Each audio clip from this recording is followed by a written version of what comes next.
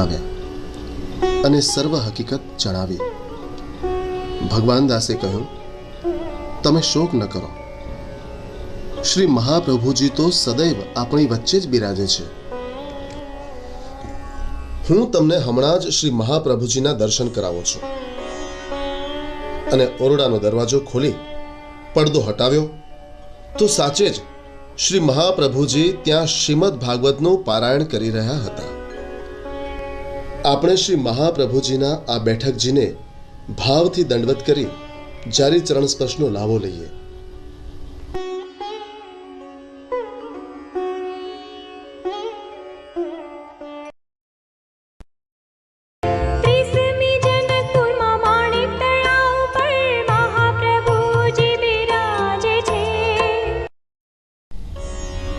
મહાપ્રભુજીની 30મી બેઠક એ બિહારમાં આવેલ જનકપુરની બેઠક છે. જનકપુર હાજીપુરથી 3 કિલોમીટર દૂર છે. અહીં શ્રી મહાપ્રભુજી પધાર્યા ત્યારે ગામ બહાર માણેક તળાવ આવેલું હતું. તેના કિનારે ભગવાનદાસ નામના વૈષ્ણવનો બગીચો હતો. આપશ્રીએ આજ્ઞા કરી. અહીં શ્રી રામચંદ્રજીની જાનનો મુકામ હતો. આ તળાવમાં શ્રી રામચંદ્રજી અને સીતાજીએ સજોડે સ્નાન કર્યું હતું. માટે આપણે પણ અહીં મુકામ કરીશું. આપશ્રીએ ભગવાનદાસના બાગમાં મુકામ કર્યો અને ત્યાં શ્રીમદ ભાગવતનું પારાયણ કર્યું. એક દિવસ વિષ્ણુ સ્વામી સંપ્રદાયના કેવળરામ નામના એક સંન્યાસી 500 સેવકોને લઈને જનકપુરીની યાત્રાએ આવ્યા. આપશ્રીએ તેને નામ મંત્રનું દાન કર્યું હતું. તે દિવસે પ્રભુના મહાપ્રસાદમાંથી રબડીનો એક દવડો આપે યાદવેન્દ્રદાસ નામના સેવકને આપીને આજ્ઞા કરી, 500 સેવકોને આ પ્રસાદ લેવડાવો. અને સાચે જ 500 સેવકોએ તે પ્રસાદ પેટ ભરી આરોગ્યો, છતાંય તે વધ્યો હતો. શ્રી મહાપ્રભુજીના આ સ્વરૂપને પણ આપણે દંડવત કરી કૃતાર્થ થઈએ.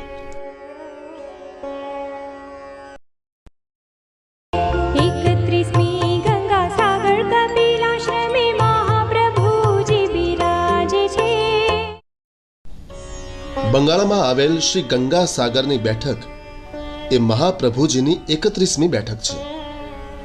આ ગુપ્ત બેઠકજી છે. આ બેઠક કોલકાતાથી 125 કિલોમીટર દૂર શ્રી ગંગા સાગર પાસેના કપિલ મુનિના આશ્રમ પાસે આવેલી છે. આ સ્થળે ગંગાજીનો સમુદ્ર સાથે સંગમ થાય છે. તેથી તેને ગંગા સાગર કહે છે. અહીં આ બેઠકજી ગુપ્ત રીતે બિરાજે છે. શ્રી મહાપ્રભુજી ત્યાં પધાર્યા ત્યારે આપશ્રીની સાથે કૃષ્ણદાસ મેઘન હતા. આપશ્રીએ અહીં કપિલ મુનિના આશ્રમ પાસે એક છોકરના વૃક્ષ નીચે મુકામ કર્યો. આ વનને કપિલવન અથવા સુંદરવન નામે ઓળખવામાં આવે છે. અહીં 6 માસ પર્યંત બિરાજી આપશ્રીએ શ્રીમદ ભાગવતના 3 સ્કંધના શ્રી સુબોધિનીજી સંપૂર્ણ કર્યા. આપશ્રીએ અહીં બિરાજીને શ્રીમદ ભાગવતનું પારાયણ પણ કર્યું હતું. એક વખત આપશ્રી રાત્રે પોઢ્યા હતા ત્યારે કૃષ્ણદાસ મેઘન આપની ચરણ સેવા કરતા હતા. તે વખતે આપશ્રીને લીલા ડાંગરના મમરા આરોગવાની પ્રેરણા થઈ અને આપશ્રીની કૃપાથી કૃષ્ણદાસ મેઘન પણ આપની આ ભાવના જાણી ગયા. આપશ્રીના નિંદ્રાધીન થયા બાદ આપની ચારે બાજુએ લક્ષ્મણ રેખા દોરી અને હિંસક પશુઓને તેમાં ન પ્રવેશવા આદેશ આપી કૃષ્ણદાસ મેઘન ઘોર અંધારી રાતમાં ગંગાજીના સામા કિનારે જઈ ખેતરમાંથી લીલી ડાંગર લાવી ગામમાં ગયા અને ભાડભુંજા પાસે જઈ તેના મમરા સિદ્ધ કરાવ્યા. ત્યારબાદ પાછા આવી આપશ્રીને ચરણારવિંદ દબાવી જગાડ્યા અને આપની સમ્મુખ સામગ્રી પધરાવી તેમજ સર્વે હકીકત જણાવી. તેથી આપશ્રીએ અહીં પ્રસન્ન થઈને કૃષ્ણદાસ મેઘનની 2 મનોકામનાઓ પૂર્ણ કરી હતી. પ્રથમ, તેમનો મુખરતા દોષ નિવૃત્ત કર્યો અને બીજું, તેમના હૃદયમાં પુષ્ટિ માર્ગના સિદ્ધાંતોનું દ્રઢ સ્થાપન કર્યું. અહીં બિરાજતા શ્રી મહાપ્રભુજીના આ બેઠકજીને ભાવથી દંડવત કરી જારી ચરણ સ્પર્શનો લાવો લઈએ.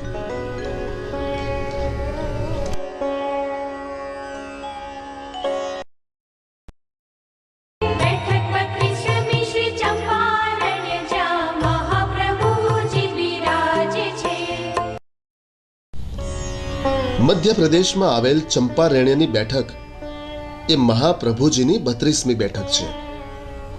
આ મહાપ્રભુજીના પ્રાગટ્યની બેઠક છે.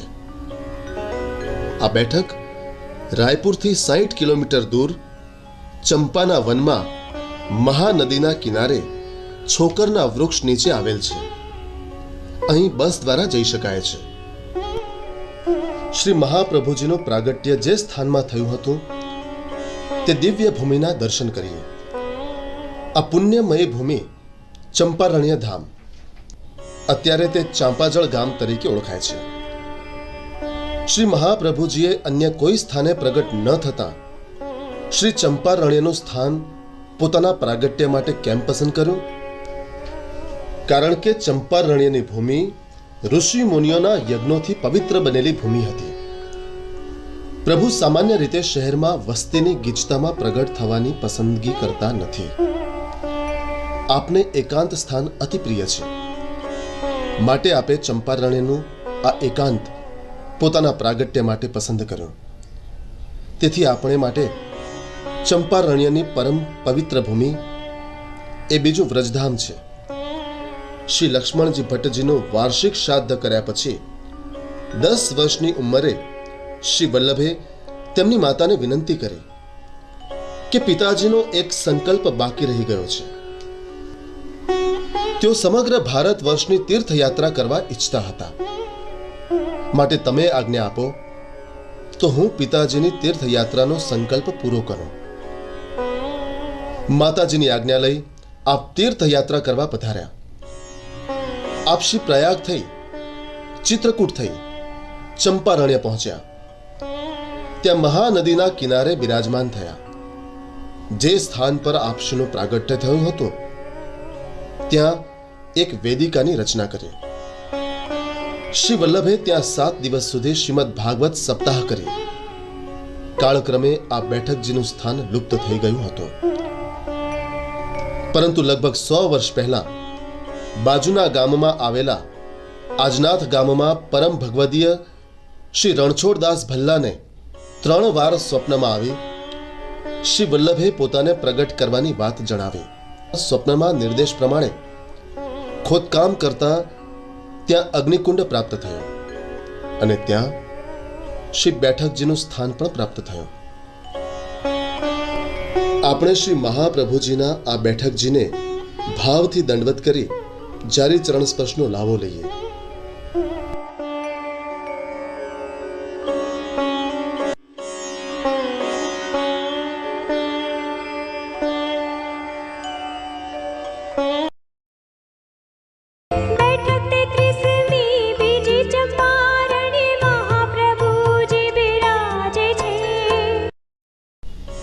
મધ્યપ્રદેશમાં આવેલ ચંપારણ્યની બેઠક એ મહાપ્રભુજીની 33મી બેઠક છે. આ મહાપ્રભુજીના છઠ્ઠીના બેઠકજી છે. આ બેઠક મૂળ 32મી બેઠકથી નજીક આવેલ છે.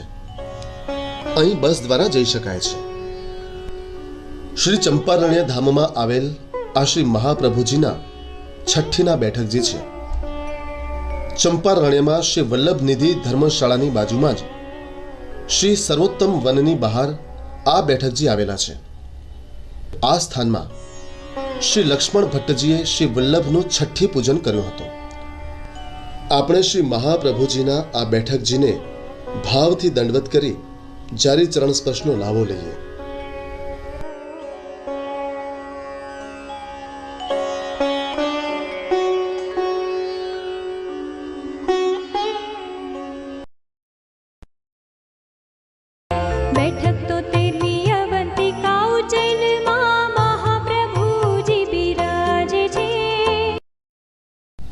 મહાપ્રભુજીની 73મી બેઠક એ શ્રી ઉજ્જૈનની બેઠક છે. મધ્યપ્રદેશમાં રતલામ અને ભોપાલ વચ્ચે ઉજ્જૈન સ્ટેશન આવે છે. ગામથી 3 કિલોમીટર દૂર ગોમતી કુંડ પર સાંદીપની ઋષિના આશ્રમ પાસે આ બેઠક આવેલી છે.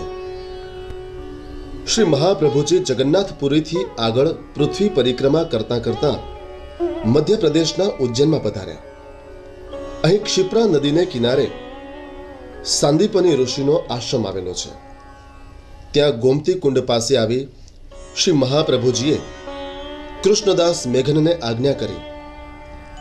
આ પ્રદેશ સાંદીપની ઋષિનો છે. ભગવાન શ્રી કૃષ્ણે અને બલભદ્રજીએ સુદામા સાથે અહીં જ વિદ્યાભ્યાસ કર્યો હતો, માટે આપણે પણ અહીંયા મુકામ કરીશું. આપશીએ જોયું તો કુંડની આસપાસ કોઈ વૃક્ષ નહોતું.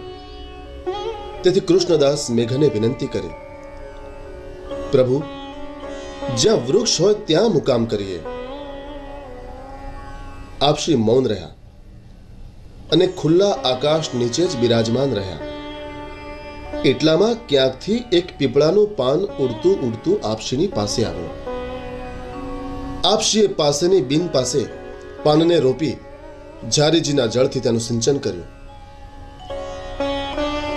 પછી આપશીએ આજ્ઞા કરી, આપણે અહીં જ મુકામ કરીશું. બીજે દિવસે સવારે ઉઠીને જુએ છે તો ત્યાં પીપળાનું મોટું ઘટાદાર વૃક્ષ બની ગયું છે. બધાને શ્રી મહાપ્રભુજીના અલૌકિક સામર્થ્યની જાણ થઈ.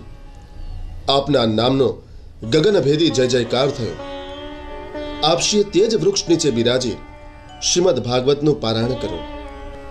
આપણે શ્રી મહાપ્રભુજીના આ બેઠકજીને ભાવથી દંડવત કરી જારી ચરણ સ્પર્શનો લાવો લઈએ.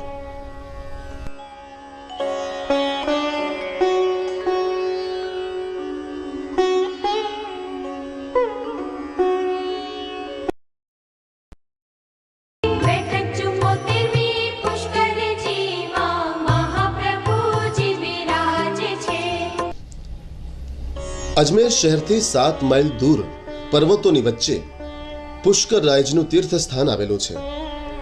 ત્યાં ગામની વચ્ચે બ્રહ્મકુંડ આવેલો છે અને તેનો એક ઘાટ વલ્લભ ઘાટના નામે ઓળખાય છે. તે ઘાટ પર શ્રી મહાપ્રભુજીના બેઠકજી આવેલા છે. સેવાનો પ્રકાર ચાલે છે. શ્રી મહાપ્રભુજી જ્યારે પૃથ્વી પરિક્રમા કરતા અહીં પધાર્યા ત્યારે આપશ્રી કુંડ ઉપર છોકરના વૃક્ષ નીચે બિરાજ્યા હતા. આપે કૃષ્ણદાસ મેઘનને આજ્ઞા કરી, પુષ્કરજી સર્વધર્મ તીર્થના પિતા છે. શ્રી બ્રહ્માજીનું પ્રાગટ્ય પણ અહીં થયેલું, માટે ભારતભરમાં શ્રી બ્રહ્માજીનું અને સાવિત્રીજીનું મંદિર માત્ર અહીં જ આવેલું છે. માટે આપણે પણ અહીં શ્રીમદ ભાગવતનું પારાયણ કરીશું.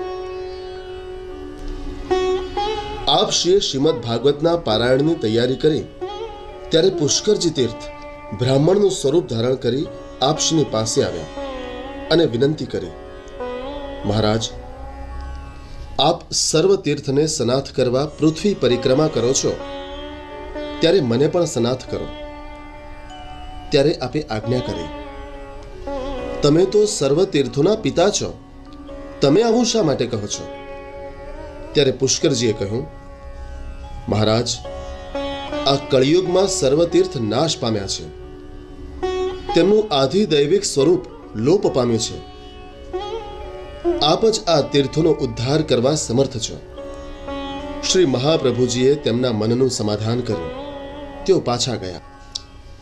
પછી આપશ્રીએ ત્યાં શ્રીમદ ભાગવત પારાયણનો પ્રારંભ કર્યો.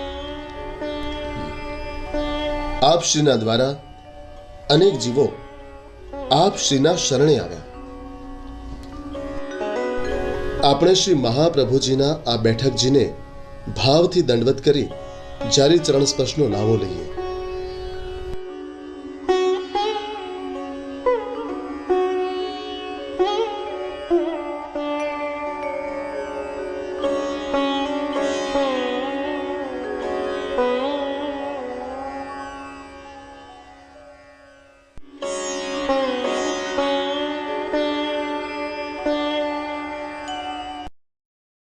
બેઠક 75મી કુરુક્ષેત્રે મહાપ્રભુ મહાપ્રભુજીની 75મી બેઠક એ શ્રી કુરુક્ષેત્રની બેઠક છે. ઉત્તર પ્રદેશના પંજાબ પ્રાંતમાં કુરુક્ષેત્રથી 3 કિલોમીટર દૂર કુબેર ભંડાર પાસે એક કુંડ પર બેઠકજી છે. દિલ્હી અને અંબાલા વચ્ચે કુરુક્ષેત્ર સ્ટેશન આવે છે. કુરુક્ષેત્ર પાસે આવેલા થાનેશ્વર ગામમાં શ્રી મહાપ્રભુજી પ્રગટ બિરાજે છે. આ બેઠક કુરુક્ષેત્ર નામના ક્ષેત્રમાં આવેલી હોવાથી તે કુરુક્ષેત્રના બેઠકજીના નામથી જાણીતા છે. શ્રી મહાપ્રભુજી જ્યારે જ્યારે શ્રી થાનેશ્વર પધાર્યા ત્યારે ત્યારે આ સ્થાનમાં બિરાજ્યા છે. અહીં કુંડ ઉપર બિરાજીને આપશ્રીએ કૃષ્ણદાસ મેઘનને આજ્ઞા કરી હતી કે કુરુક્ષેત્ર એ મોટું ધર્મક્ષેત્ર છે. અહીં કૌરવો અને પાંડવો વચ્ચે મહાભારતનું યુદ્ધ થયું હતું. ભગવાન શ્રી કૃષ્ણે આ જ સ્થળે અર્જુનને શ્રીમદ ભગવદ્ ગીતા સંભળાવી હતી. પોતાના વિરાટ સ્વરૂપના દર્શન કરાવ્યા હતા. માટે આપણે અહીં શ્રીમદ ભાગવત પારાયણ કરીશું. આપ શ્રીએ ત્યાં બીજા દિવસથી શ્રીમદ ભાગવત પારાયણનો પ્રારંભ કર્યો. જે દિવસે કથામાં યુગલ ગીતનો પ્રસંગ હતો એ દિવસે એટલો બધો અલૌકિક રસ પ્રગટ થયો કે બધા સેવકો પોતાના દેહનું અનુસંધાન ભૂલી ગયા. સૌને મહા અલૌકિક આનંદ થયો. આપણે શ્રી મહાપ્રભુજીના બેઠકજીને દંડવત કરીએ.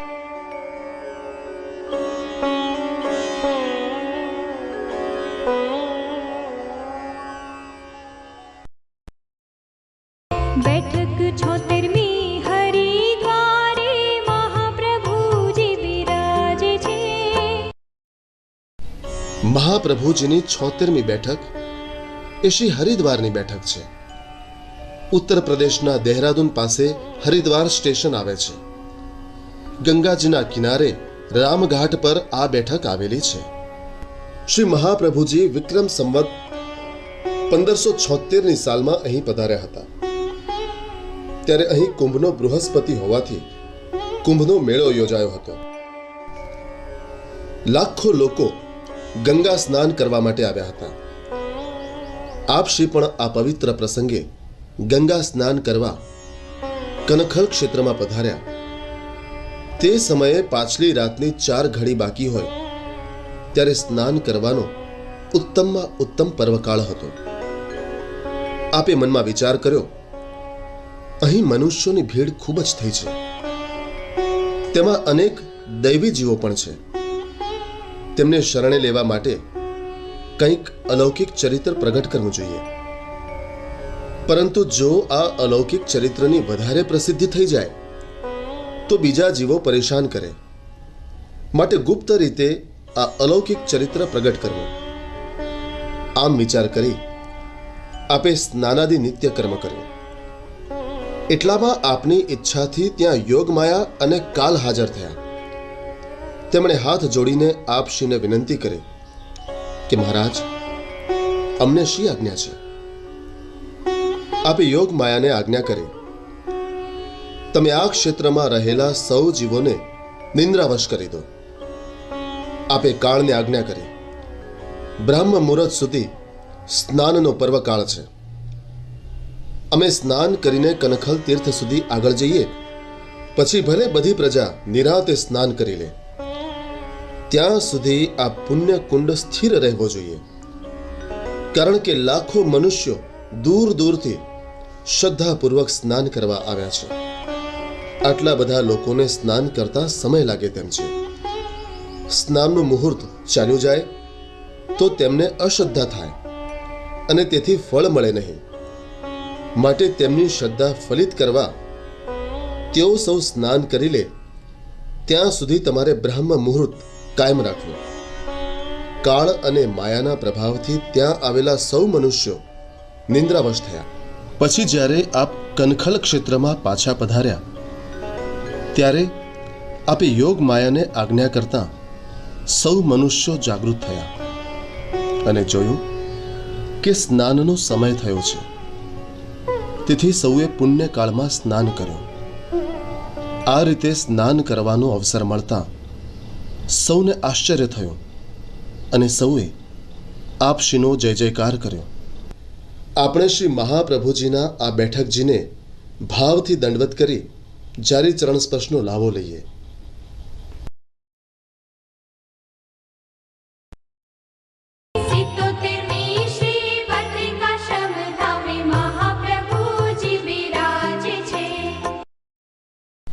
મહાપ્રભુજીની 77મી બેઠક એ શ્રી બદ્રિકાશ્રમની બેઠક છે. ઉત્તર પ્રદેશમાં હિમાલયના પહાડોમાં બદ્રીનાથ આવેલું છે. તે ઋષિકેશથી 255 કિલોમીટર દૂર છે. મુખ્ય પ્રવેશદ્વાર પાસેના ગરમ પાણીના તપ્ત કુંડ પાસે આ બેઠક આવેલી છે. શ્રી મહાપ્રભુજી હરિદ્વારથી ઋષિકેશ થઈ આગળ અનેક તીર્થ સ્થાનોને સ્નાત કરતા કરતા બદ્રિકાશ્રમ પધાર્યા. અહીં ભગવાન શ્રી બદ્રિકાનાથજીનું મંદિર આવેલું છે. તેની પાસે તપ્ત કુંડ છે. ત્યાં આપશ્રી બિરાજ્યા. તે દિવસે વામન દ્વાદશી હતી. તેથી આપે કૃષ્ણદાસ મેઘનને આજ્ઞા કરી કે આજે ઉપવાસનો દિવસ છે, માટે કંઈક ફળાહાર કરવા ફળ ફૂલ શોધી લાવો. તે સમયે ભગવાન બદ્રીનાથને મનમાં વિચાર થયો, આજે મારું ધન ભાગ્ય છે કે અહીં મારા આશ્રમમાં શ્રી વલ્લભાચાર્યજી મહેમાન બનીને પધાર્યા છે. મારે ત્યાં મહેમાન બનીને ઉપવાસ કરે તે ઠીક નહીં. તેઓ ભોજન કરે તો વધારે સારું. તે વખતે કૃષ્ણદાસ મેઘન ફળ ફૂલ શોધવા માટે વનમાં ગયા હતા. ત્યાં શ્રી બદ્રિકાનાથજીએ બ્રાહ્મણ સ્વરૂપે કૃષ્ણદાસને દર્શન આપી આજ્ઞા કરી, તમે ક્યાં જાઓ છો? કૃષ્ણદાસ મેઘને કહ્યું, મહારાજ, હું ફળ ફૂલ શોધવા જાઉં છું. ત્યારે શ્રી બદ્રિકાનાથજીએ આજ્ઞા કરી, ખૂબ સુંદર. સ્વામીને સુખ થાય તે જ સેવકનું કર્તવ્ય છે. પરંતુ અત્યારે અહીં બરફ વરસે છે, કંઈ ફળ ફૂલ મળશે નહીં. આ સાંભળી કૃષ્ણદાસ મેઘને પાછા આવી શ્રી મહાપ્રભુજીને વિનંતી કરી, કૃપાનાથ, અહીં ક્યાંય ફળ ફૂલ મળતા નથી. એટલામાં ત્યાં શ્રી બદ્રીનાથજી પણ પધાર્યા. તેમણે કહ્યું, મેં આપના માટે ખૂબ ફળ ફૂલ શોધ્યા, પરંતુ ક્યાંય મળ્યા નથી. માટે મારી આજ્ઞા છે કે આપ રસોઈ કરીને ભોજન કરો. ત્યારે શ્રી મહાપ્રભુજીએ વિનંતી કરી, મહારાજ, આજે વામન જયંતિ છે, તેથી અન્નનું ભોજન કેવી રીતે થાય? શ્રી બદ્રીનાથજીએ આજ્ઞા કરી, ધર્મશાસ્ત્રોમાં આજ્ઞા છે કે ઉત્સવ પૂર્ણ થાય એટલે પારણા થઈ શકે. શ્રી મહાપ્રભુજીએ મનમાં વિચાર કર્યો, ભગવાન, આજ્ઞા થઈ છે તો શ્રી વામનજીના જન્મ પછી શ્રી ઠાકોરજીને ભોગ સમર્પી ભોજન કરીશું. આપશ્રીએ તે પ્રમાણે ભોજન કરી સેવકોને પણ મહાપ્રસાદ આપ્યો. પછી આપશ્રીએ ત્યાં બિરાજી શ્રીમદ ભાગવત સપ્તાહ કરી. શ્રી મહાપ્રભુજીના આ બેઠકજી અત્યારે પ્રગટ બિરાજે છે અને ત્યાં સેવાનો સુંદર ક્રમ પણ ચાલે છે. ચાલો આપણે સૌ અહીં બિરાજતા ગંગાજી પાસે મનની ભાવનાથી જઈએ. ત્યાં અપરસમાં સ્નાન કરી શ્રી મહાપ્રભુજી પાસે આવી બેઠકજીને જારી દંડવત કરી કૃતાર્થ થઈએ.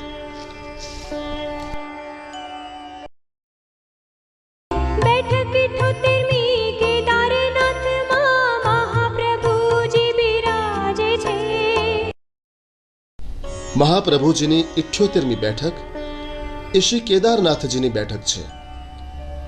ઉત્તર પ્રદેશના હિમાલયના પહાડોમાં કેદારનાથ આવેલું છે. તે ઋષિકેશથી 216 કિલોમીટર દૂર છે. કેદાર કુંડ પર આ બેઠક આવેલી છે.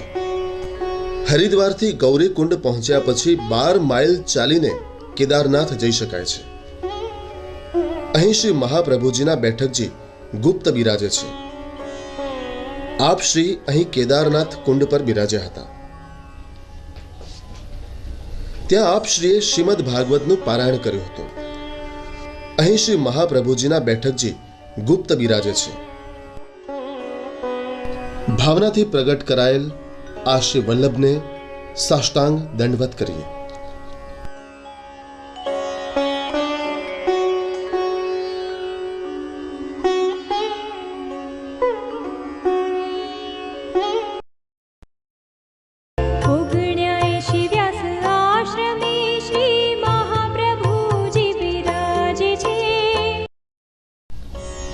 મહાપ્રભુજીની 79મી બેઠક એ શ્રી વ્યાસાશ્રમની બેઠક છે. આ ગુપ્ત બેઠકજી છે. બદ્રીનાથથી 3 કિલોમીટર દૂર ઉત્તર પ્રદેશ તરફ હિમાલયના પહાડોમાં આ બેઠક આવેલ છે. શ્રી મહાપ્રભુજી વેદ વ્યાસજીના આશ્રમે પધાર્યા અને એક સ્થળે બિરાજ્યા પછી વ્યાસજીના આશ્રમમાં પધારતા શ્રી કૃષ્ણદાસ મેઘનને આજ્ઞા કરી કે અહીં ઉભા રહો. આમ કહી આપશ્રી ગુફામાં પધાર્યા. આપશ્રીને પધારતા જોઈ શ્રી વ્યાસજી આપને મળવા સામા આવ્યા અને આપને પોતાના આશ્રમમાં લઈ ગયા, જ્યાં બિરાજીને આપે તેમની વિનંતીથી ભ્રમર ગીતના એક શ્લોકનું વ્યાખ્યાન 3 દિવસ અને 3 રાત સુધી સતત કર્યું. વેદવ્યાસજી ખૂબ જ પ્રસન્ન થયા. પછી આપ શ્રી વેદવ્યાસજીને પ્રણામ કરી બહાર પધાર્યા. ત્યારે શ્રી કૃષ્ણદાસ મેઘનને ત્યાં જ ઉભેલા જોયા. ત્યારે આપે શ્રી કૃષ્ણદાસ મેઘનને પૂછ્યું કે તું બેઠો પણ નથી? ત્યારે કૃષ્ણદાસ મેઘને કહ્યું કે આપની ઊભા રહેવાની આજ્ઞા હોવાથી હું ઊભો છું. આ બેઠકજી ગુપ્ત છે. ભાવનાથી પ્રગટ કરાયેલ આ શ્રી વલ્લભને સાષ્ટાંગ દંડવત કરીએ.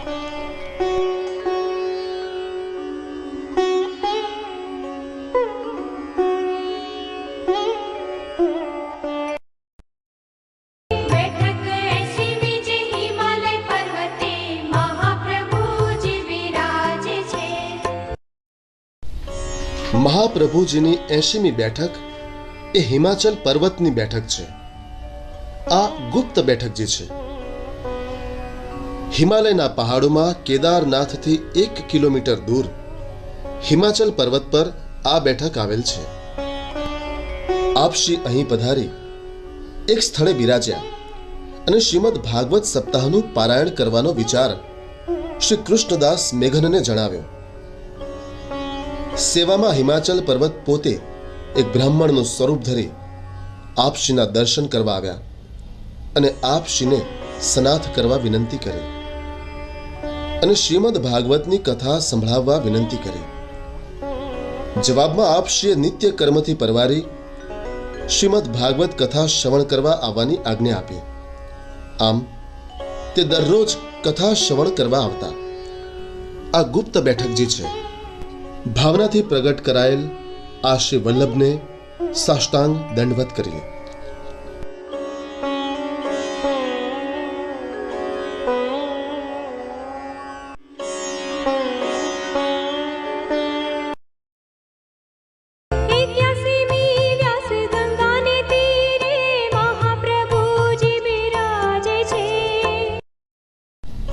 મહાપ્રભુજીની 81મી બેઠક એ શ્રી વ્યાસ ગંગાની બેઠક છે.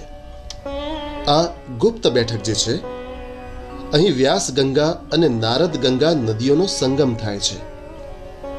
ઉત્તર પ્રદેશમાં ઋષિકેશથી 54 કિલોમીટર દૂર વ્યાસ ઘાટ પર આ બેઠક આવેલ છે. શ્રી મહાપ્રભુજી કેદારનાથ પધારતા રસ્તામાં વ્યાસ ગંગા નદી પર આવ્યા. ઋષિકેશથી આગળ જતા વ્યાસ ગંગા નદી આવે છે. ત્યાં અત્યારે આપશ્રીના બેઠકજી ગુપ્ત રીતે બિરાજે છે. અહીં વ્યાસ ગંગા અને નારદ ગંગા એમ 2 નદીઓનો સંગમ થાય છે. ઋષિકેશથી વ્યાસ ઘાટ 54 કિલોમીટર દૂર છે. અહીં આપશ્રી એક પીપળાના ઝાડ નીચે બિરાજ્યા હતા. પછી દામોદરદાસ હરસાનીજીને આજ્ઞા કરી કે આ વ્યાસ ગંગા વેદ વ્યાસનું જન્મસ્થાન છે અને સમાધિ ભાષા ભાગવત અહીં પ્રગટ કરેલ છે. તેથી અહીં ભાગવત પારાયણ કરીશું.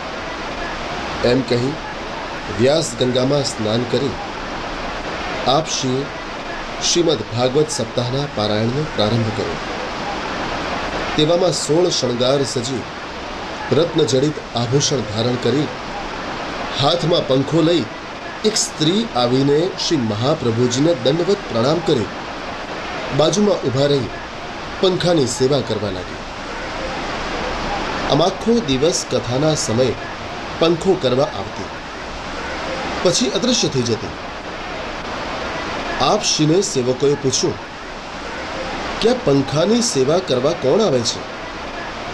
ત્યારે આપશ્રીએ જણાવ્યું કે તે સ્વયં ગંગાજી પધારે છે. આપશ્રીના બેઠકજી ગુપ્ત રીતે બિરાજે છે. આપણે શ્રી મહાપ્રભુજીના આ બેઠકજીને ભાવથી દંડવત કરી જારી ચરણ સ્પર્શનો લાવો લઈએ.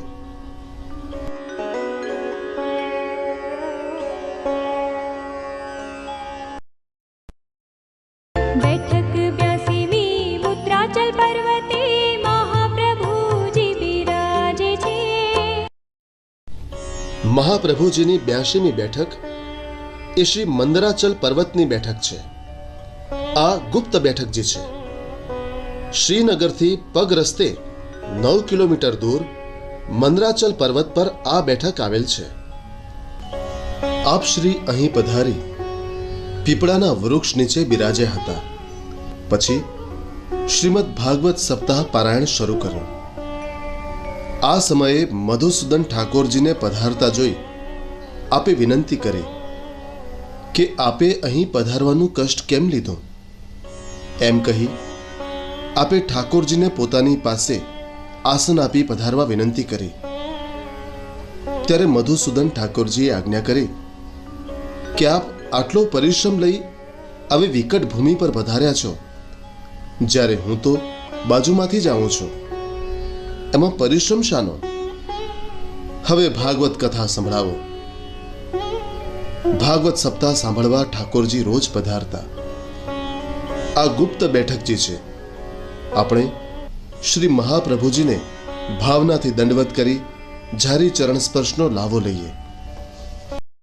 बैठक 83 अडिलમાં ત્રિવેણી પર મહાપ્રભુજી વિરાજે છે. મહાપ્રભુજીની 83મી બેઠક એ શ્રી અડેલની બેઠક છે. ઉત્તર પ્રદેશમાં અલ્હાબાદથી નૈની અને ત્યાંથી 3 કિલોમીટર દૂર દેવરખ નામના ગામડામાં આ બેઠક આવેલ છે. શ્રી મહાપ્રભુજીએ 3 પૃથ્વી પરિક્રમા પૂર્ણ કર્યા પછી અલ્હાબાદથી થોડે દૂર અડેલ નામના રમણીય એકાંત સ્થાનમાં શેષ જીવન વ્યતીત કરવાનો નિર્ણય કર્યો અને ત્યાં આપ શ્રી પોતાના પરિવાર સાથે પર્ણકુટીર બાંધીને રહ્યા. આપશ્રીની સાથે આપના કેટલાક જ્ઞાતિજનો પણ ત્યાં જઈને વસ્યા. શ્રીનાથજીની આજ્ઞા પ્રમાણે શ્રી મહાપ્રભુજી અહીં બિરાજીને શ્રી નવનીત પ્રિયાજી આદિ સ્વરૂપોની સેવા કરતા હતા. આપશ્રીએ મનમાં વિચાર કર્યો કે માતાજીને સેવા કરવાનું ખૂબ મન છે, પરંતુ બ્રહ્મ સંબંધ સિવાય સેવા થઈ શકે નહીં. વળી શાસ્ત્ર આજ્ઞા પ્રમાણે માતાને દીક્ષા આપવાનો અધિકાર નથી. તેથી હું કેવી રીતે તેમને બ્રહ્મ સંબંધ આપું? એક દિવસ આપશ્રી સાથે શાસ્ત્ર ચર્ચા કરવા આવેલા પંડિતો સાથે શાસ્ત્રાર્થ કરતા ઉત્થાપનનો સમય થઈ ગયો, પરંતુ શાસ્ત્રાર્થ ચાલુ હોવાથી આપ ઉઠી શક્યા નહીં. તે વખતે શ્રી નવનીત પ્રિયાજીએ શ્રી મહાપ્રભુજીના માતા ઇલ્લમા ગારુજીને આજ્ઞા કરી કે આપ સ્નાન કરીને સેવામાં આવો. ત્યારે શ્રી ઇલ્લમા ગારુજીએ શ્રી નવનીત પ્રિયાજીને વિનંતી કરી, કૃપાનાથ, મને સેવામાં આવવાની શ્રી વલ્લભની આજ્ઞા નથી. તેઓ જાણશે તો મને ઠપકો આપશે. ત્યારે શ્રી નવનીત પ્રિયાજીએ આજ્ઞા કરી, મારી આજ્ઞા છે, શ્રી વલ્લભ તમને લડશે નહીં. તમે સ્નાન કરીને જલ્દી આવો. ત્યારે શ્રી ઇલ્લમા ગારુજી સ્નાન કરીને મંદિરમાં ગયા. શ્રી નવનીત પ્રિયાજીએ પોતાનું બીજું સ્વરૂપ ધારણ કરી માતાના શ્રી હસ્તમાં તુલસી આપ્યા અને બ્રહ્મ સંબંધ મંત્ર બોલાવી પોતે તુલસી લઈ પોતાના બીજા સ્વરૂપના ચરણારવિંદમાં સમર્પ્યા, તે વખતે શ્રી નવનીત પ્રિયાજીએ માતા પાસે ભેટ માગી. શ્રી ઇલ્લમા ગારુજીએ ગળામાં પહેરેલી મોતીની માળા ભેટ કરી દીધી. પછી શ્રી નવનીત પ્રિયાજીએ ઇલ્લમા ગારુજીને આજ્ઞા કરી, મને ઉત્થાપન ભોગ ધરો. એટલામાં શ્રી મહાપ્રભુજી પણ સ્નાન કરીને સેવામાં પધાર્યા. માતાને સેવામાં જોઈ આપશ્રીએ ઠપકો આપતા કહ્યું, તમે આ શું કર્યું? ત્યારે શ્રી નવનીત પ્રિયાજીએ આજ્ઞા કરી કે મેં તેમને બ્રહ્મ સંબંધ કરાવ્યો છે. શ્રી નવનીત પ્રિયાજીએ બ્રહ્મ સંબંધ કરાવ્યાનો સર્વ પ્રકાર કહ્યો. ત્યારે શ્રી મહાપ્રભુજી પ્રસન્ન થયા. આપણે શ્રી મહાપ્રભુજીના આ બેઠકજીને ભાવથી દંડવત કરી જારી ચરણ સ્પર્શનો લાવો લઈએ.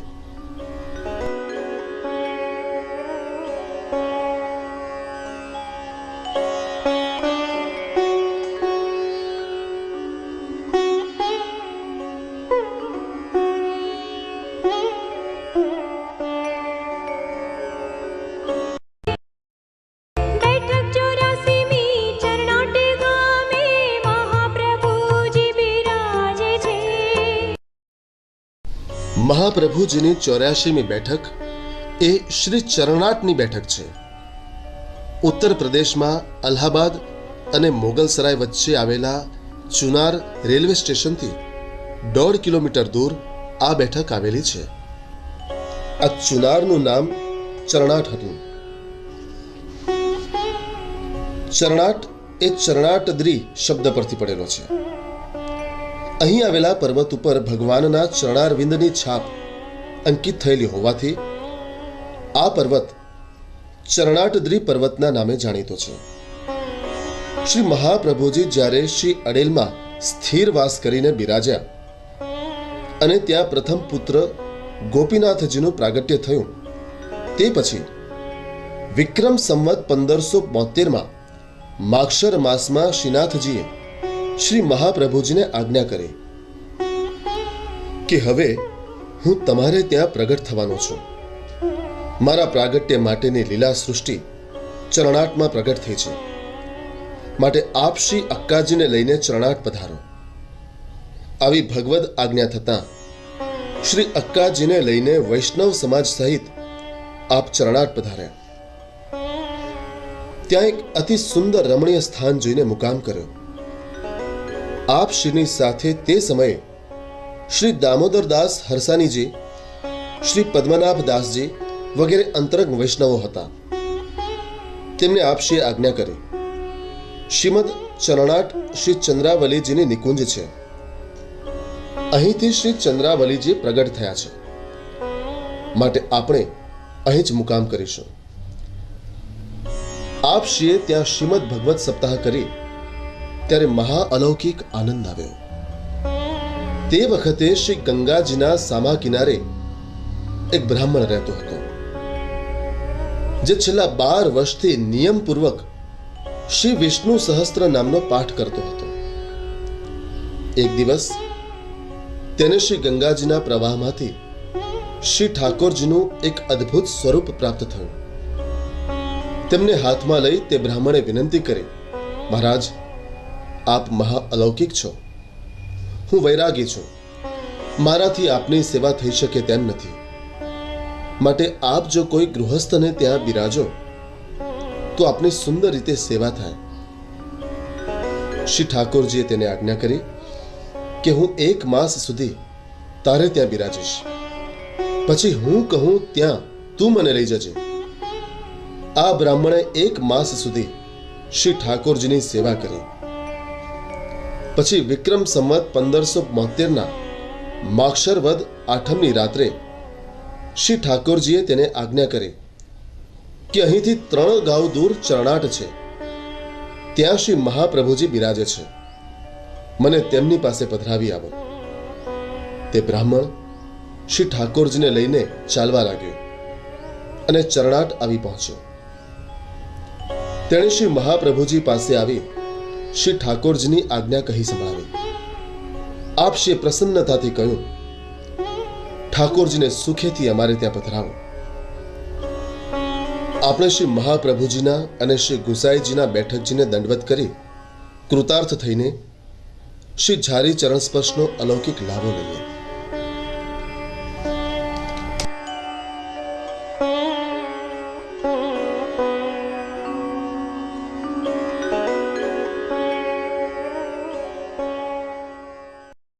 ત્રેપનમી સુરતમાં તાપી નદી તીરે મહાપ્રભુજી બિરાજે છે.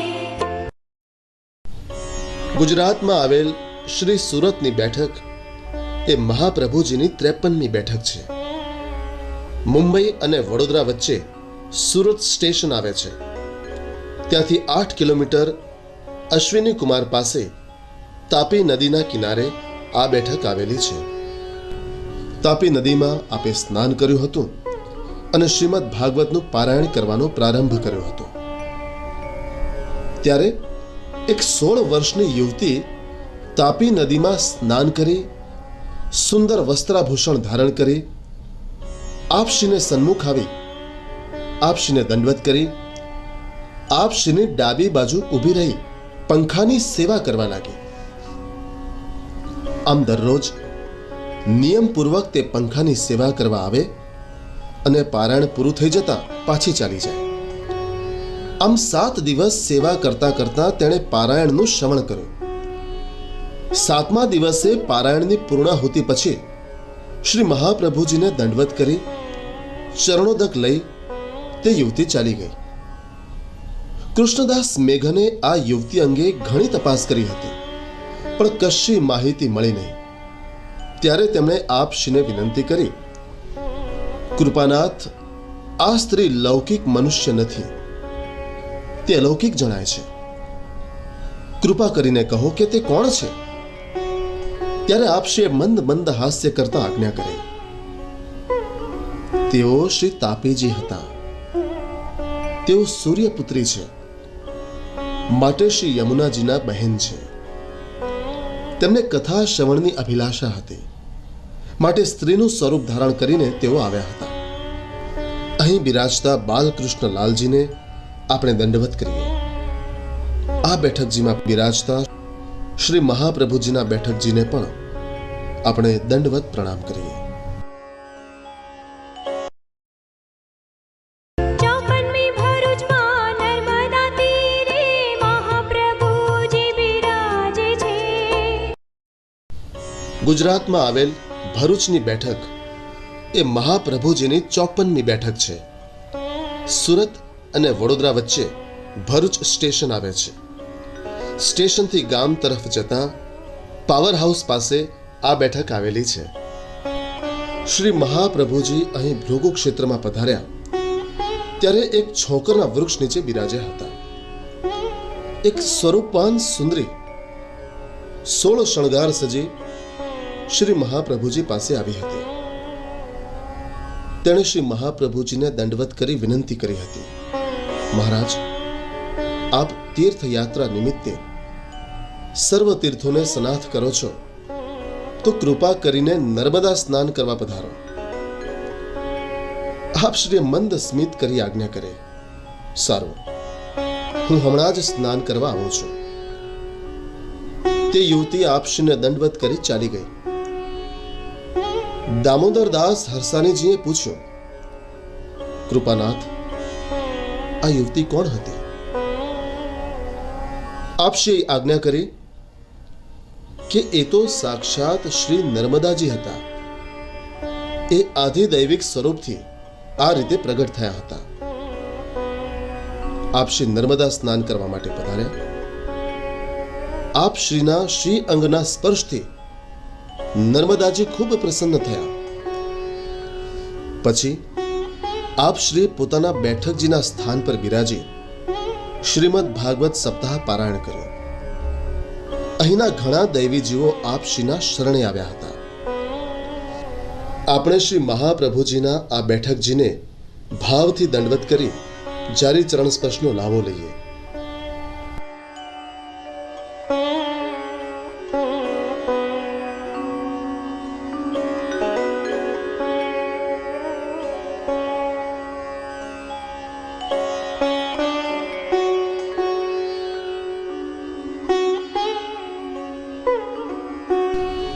જય શ્રી વલ્લભ, જય શ્રી વિઠ્ઠલ, જય યમુના શ્રીનાથજી. કલયુગના તો જીવ ઉદ્ધાર્યા, મસ્તક ધર્યા હાથજી. મોર મુગુટને કાને કુંડળ, ઉર વૈજયંતી માલાજી. નાસિકા ગજ મોતી સોહે, તે સુખ જોવા જઈએ જી. આસપાસ ગૌધેનુ બિરાજે, ગ્વાલ મંડળી સાથે જી. અધર પર વાલો વેણુ બજાવે, તે સુખ જોવા જઈએ જી. વલ્લભ દુર્લભ જગ મેં કહીએ, તો ભવસાગર તરીએ જી. માધવદાસ તો એટલું માગે, શ્રી ગોકુલમાં અવતરીએ જી. જય શ્રી ગિરિધર, જય શ્રી ગોવિંદ, જય શ્રી બાલકૃષ્ણજી. જય શ્રી ગોકુલપતિ, જય શ્રી રઘુપતિ, જય શ્રી જદુપતિ, જય શ્રી ઘનશ્यामજી. श्री गोकुल वाले नाथ मेरी दोरी तुम्हारे हाथ जी. जय यमुना श्री गोवर्धन नाथ, महाप्रभु श्री विठ्ठल नाथ. जय जय श्री गोकुलेश, शेष ना रहे क्लेश. श्री वल्लभ जुग जुग राज करो, श्री वल्लभ जुग जुग राज करो. श्री वल्लभ विठ्ठल गोपीनाथ, देवकी नंदन श्री रघुनाथ. जशोदा नंदन नंद किशोर, श्री मुरलीधर माखण चोर. सुरदास कृष्णदास, परमानंद दास, कुंभन दास, चतुर्भुज दास, नंद दास. छित स्वामी श्री गोविंद जी, श्री वल्लभ देव की जय. 84 वैष्णव की जय, ग्वाल मंडल की जय, प्राण प्यारे की जय. श्री गोवर्धन नाथ की जय, श्री यमुना मैया की जय. बैठक 55 મોરબીમાં મયુર ધ્વજે મહાપ્રભુજી બિરાજે છે. ગુજરાતના સૌરાષ્ટ્ર પ્રાંતમાં આવેલ શ્રી મોરબીની બેઠક એ મહાપ્રભુજીની 55મી બેઠક છે. સૌરાષ્ટ્રના મોરબી ગામમાં મચ્છુ નદીના કિનારે આ બેઠક આવેલી છે. શ્રી મહાપ્રભુજી જ્યારે મોરબી પધાર્યા ત્યારે નદી કિનારે આ સુંદર સ્થળ જોઈને બિરાજ્યા હતા. આપ શ્રી કૃષ્ણદાસ મેઘનને આજ્ઞા કરે. આ શહેર અતિ પ્રાચીન સમયમાં મયુરધ્વજ નામના રાજાએ વસાવ્યું હોવાથી તેના નામ ઉપરથી શહેરનું નામ પડ્યું છે. આ રાજા અતિ સત્યવાદી હતો, તેમજ ભગવત ભક્ત પણ હતો. આ સ્થળે ભગવાન શ્રી કૃષ્ણચંદ્ર અર્જુન સહિત પધાર્યા હતા. તેથી આ પવિત્ર સ્થળે આપણે અવશ્ય ભાગવત સપ્તાહ કરીશું. તે ગામમાં બાલા અને બાદા નામના 2 ભાઈઓ રહેતા હતા. જ્ઞાતિએ તેઓ પુષ્કરના બ્રાહ્મણ હતા. શ્રી મહાપ્રભુજીના આગમનના સમાચાર જાણી બંને ભાઈઓ દર્શન કરવા આવ્યા. તેમણે હાથ જોડી વિનંતી કરી, મહારાજ, અમે પામર જીવો ઘણો સમય થયો ભવસાગરમાં ભટકીએ છીએ. આપ કૃપા કરીને અમારો ઉદ્ધાર કરો. આપે પ્રસન્નતાથી આજ્ઞા કરી તમે સ્નાન કરી આવો. બંને ભાઈઓ સ્નાન કરીને આવ્યા ત્યારે આપશ્રીએ તેમને નામ નિવેદન મંત્ર આપી સેવક કર્યા. આપશ્રીએ બાલાનું નામ બાલકૃષ્ણદાસ પાડ્યું અને બાદાનું નામ બાદરાયણ દાસ પાડ્યું. આ બંને ભાઈઓ શ્રી મહાપ્રભુજીના કૃપાપાત્ર વૈષ્ણવો થયા, જેમની વાર્તા 84 વૈષ્ણવોની વાર્તામાં જાણીતી છે. આપણે શ્રી મહાપ્રભુજીના આ બેઠકજીને ભાવથી દંડવત કરી જારી ચરણ સ્પર્શનો લાવો લઈએ.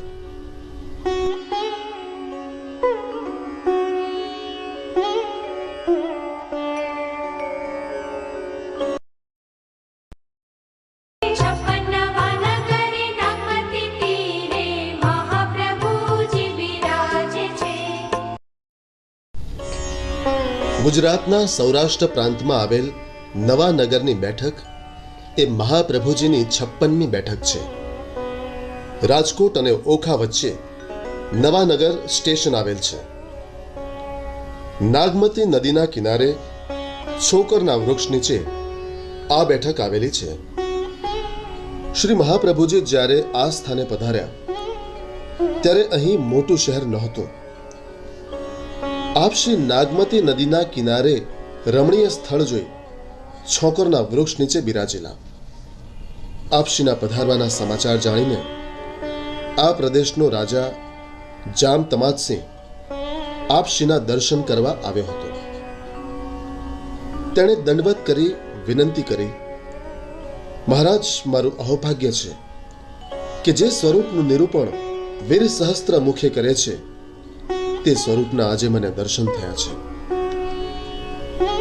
આપના દર્શન માત્રથી મારી બુદ્ધિ નિર્મળ બની છે. આપના ચરણ સ્પર્શથી આ ધરતી પવિત્ર થઈ છે. માટે કૃપા કરીને આપ મને શરણે લો. રાજાને આપશ્રીએ શરણે લીધા. રાજાએ વિનંતી કરી, મહારાજ, આપના ચરણના સ્પર્શથી પવિત્ર થયેલી આ ધરતી ઉપર એક શહેર વસાવવાની મારી ઈચ્છા છે. આપ આજ્ઞા આપો તો અહીં શહેર વસાવો. આપે આજ્ઞા કરી. શહેર વસાવવા માટેનું ઉત્તમોત્તમ મુહૂર્ત અત્યારે જ છે. માટે તમે વિલંબ કર્યા વિના અત્યારે જ શહેરનું ખાતમુહૂર્ત કરો. તમારું રાજ્ય નિર્ભય બનશે.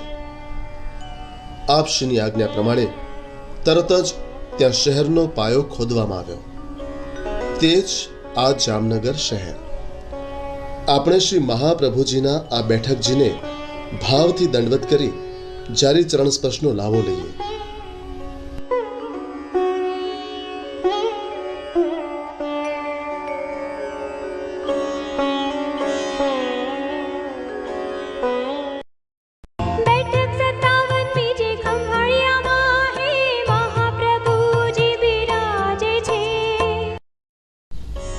ગુજરાતના સૌરાષ્ટ્ર પ્રાંતમાં આવેલ શ્રી જામ ખંભાળિયાની બેઠક એ મહાપ્રભુજીની 57મી બેઠક છે. જામનગર અને દ્વારકા વચ્ચે જામ ખંભાળિયા સ્ટેશન આવે છે. ગામથી 1.5 કિલોમીટર દૂર કુંડ પર છોકરના વૃક્ષ નીચે આ બેઠક આવેલ છે. શ્રી મહાપ્રભુજી આ જામ ખંભાળિયા ગામે પધાર્યા ત્યારે ગામ બહાર આવેલા એક કુંડ ઉપર છોકરના વૃક્ષ નીચે બિરાજ્યા હતા. સાંજના સમયે એક બ્રાહ્મણ આપની પાસે આવ્યો અને તેણે દંડવત પ્રણામ કરી વિનંતી કરી, મહારાજ, આ સ્થળે રાત્રિ મુકામ કરવો હિતાવહ નથી. બાજુમાં આંબલીનું ઘેગુર વૃક્ષ આવેલું છે. ત્યાં એક પ્રેત રહે છે. તે રાત્રિએ કોઈને અહીં જીવતો રહેવા દેતો નથી. માટે આપ ગામમાં પધારો. પરંતુ આપ શ્રી કશું બોલ્યા નહીં. ત્યારે તે બ્રાહ્મણ ત્યાંથી ચાલ્યો ગયો. રાત્રે નિત્યક્રમ પરવારી આપ બિરાજ્યા હતા તે વખતે કૃષ્ણદાસ મેઘન આપશ્રીના વસ્ત્રો ધોઈ સૂકીને પાછા આવતા હતા. તેમણે પેલા પ્રેતને આવતો જોયો. કૃષ્ણદાસ મેઘને શ્રી મહાપ્રભુજી પાસે આવીને વિનંતી કરી, મહારાજ, પેલો પ્રેત આવી રહ્યો છે. તેણે હાથ જોડેલા છે. તે સૂચવે છે કે તે ઉદ્ધાર કરવા વિનંતી કરે છે. આપશ્રીએ આજ્ઞા કરી, તમે તે પ્રેતની પાસે જઈ મારું ચરણોદક તેની ઉપર છાંટો. આપશ્રીની આજ્ઞા પ્રમાણે કૃષ્ણદાસ મેઘને શ્રી મહાપ્રભુજીનું ચરણોદક તે પ્રેત ઉપર છાંટતા તરત જ તેની પ્રેત યોનિ છૂટી ગઈ. તે દૈવી સ્વરૂપ ધારણ કરી વૈકુંઠમાં ગયો. તેનો મોક્ષ થયો. આપણે શ્રી મહાપ્રભુજીના આ બેઠકજીને ભાવથી દંડવત કરી જારી ચરણ સ્પર્શનો લાવો લઈએ.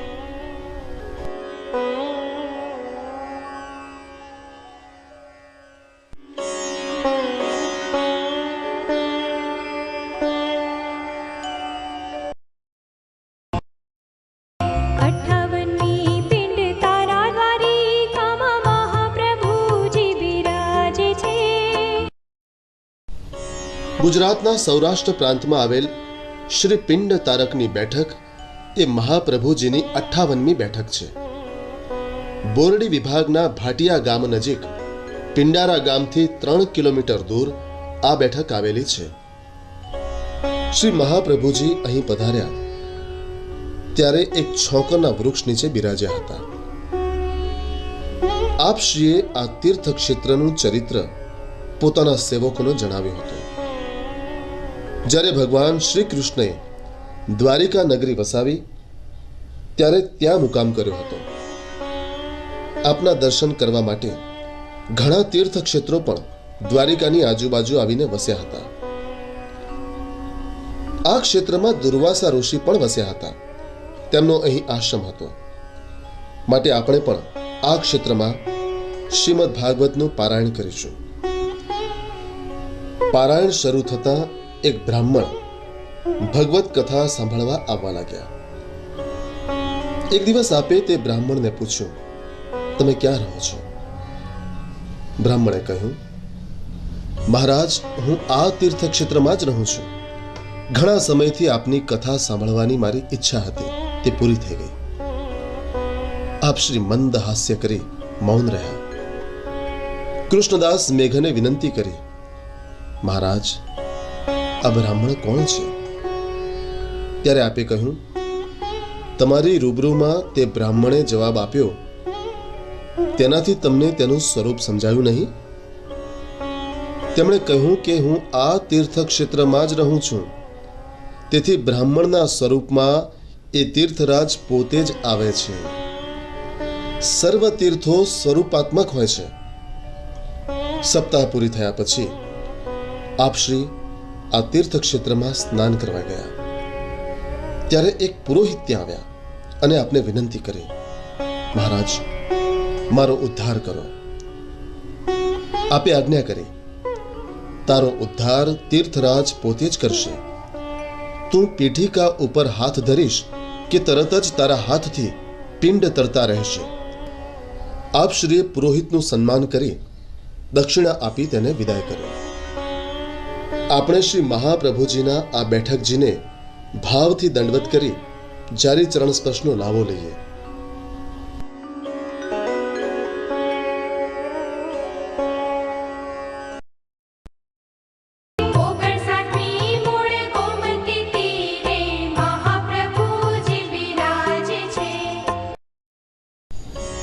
ગુજરાતના સૌરાષ્ટ્ર પ્રાંતમાં આવેલ શ્રી મૂળ ગોમતીજીની બેઠક એ મહાપ્રભુજીની 59મી બેઠક છે.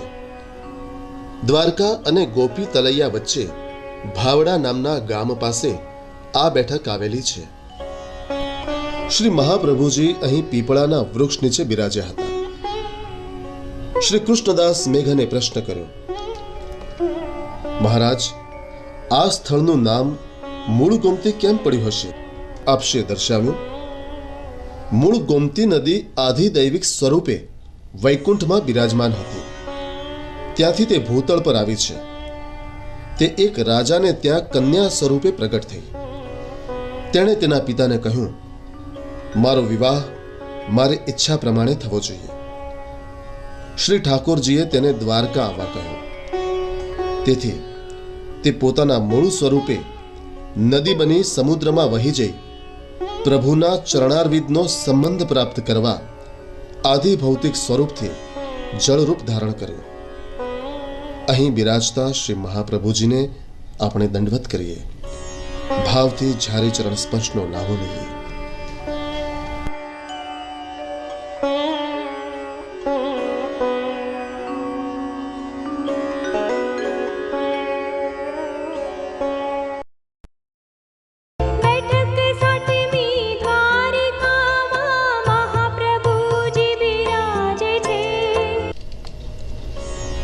ગુજરાતના સૌરાષ્ટ્ર પ્રાંતમાં આવેલ શ્રી દ્વારકાજીના બેઠકજી એ મહાપ્રભુજીના 60મા બેઠકજી છે.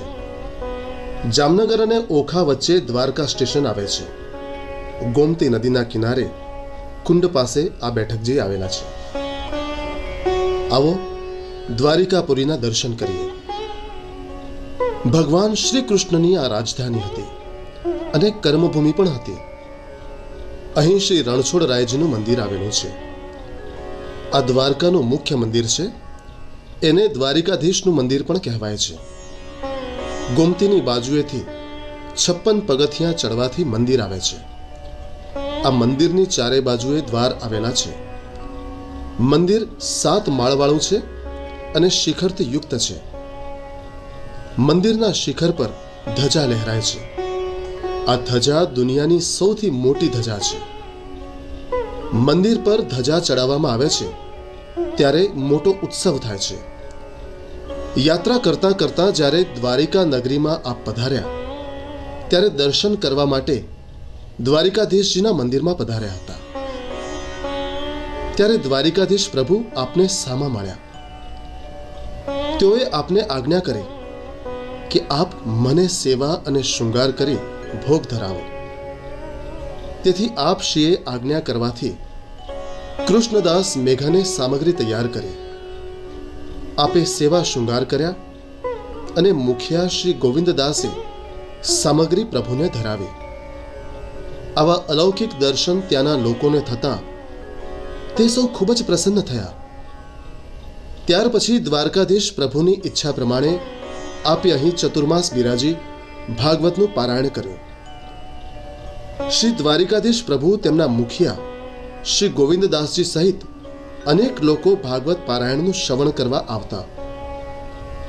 એક દિવસ ગિરિરાજ ધરણ પોતે પણ પધાર્યા. ત્યાં પધારેલા દ્વારકાધીશને જોઈને તેઓએ તેમને કહ્યું કે ગોવિંદદાસજીને રાજાધિરાજની સેવામાં આસક્તિ છે. હવે જો તેઓ બાળલીલાની કથાનું શ્રવણ કરશે તો તેમને વ્રજમાં આસક્તિ થશે અને દ્વારિકાધીશની સેવામાંથી આસક્તિ છૂટી જશે. આ સાંભળીને શ્રી દ્વારિકાધીશ પ્રભુએ શ્રી ગોવિંદદાસજીને અન્ય વાતોમાં રોકી રાખ્યા, જેથી તેઓ આ બાળલીલાની કથાનું શ્રવણ ન કરી શકે. પરંતુ શ્રી મહાપ્રભુજીએ તે બંનેને વાતો કરતા જોઈ પારાયણ કરવાનું બંધ કર્યું. આમ થવાથી અન્ય શ્રોતાઓ નાખુશ થયા અને તેઓએ પારાયણ શરૂ કરાવવા ઉપવાસ કર્યા.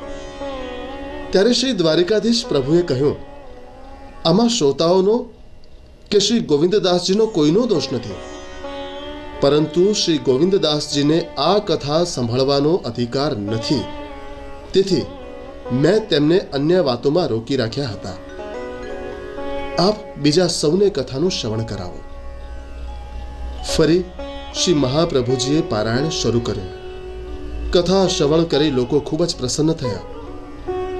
આપણે શ્રી મહાપ્રભુજીના આ બેઠકજીને દંડવત કરી જારી ચરણ સ્પર્શનો લાવો લઈએ.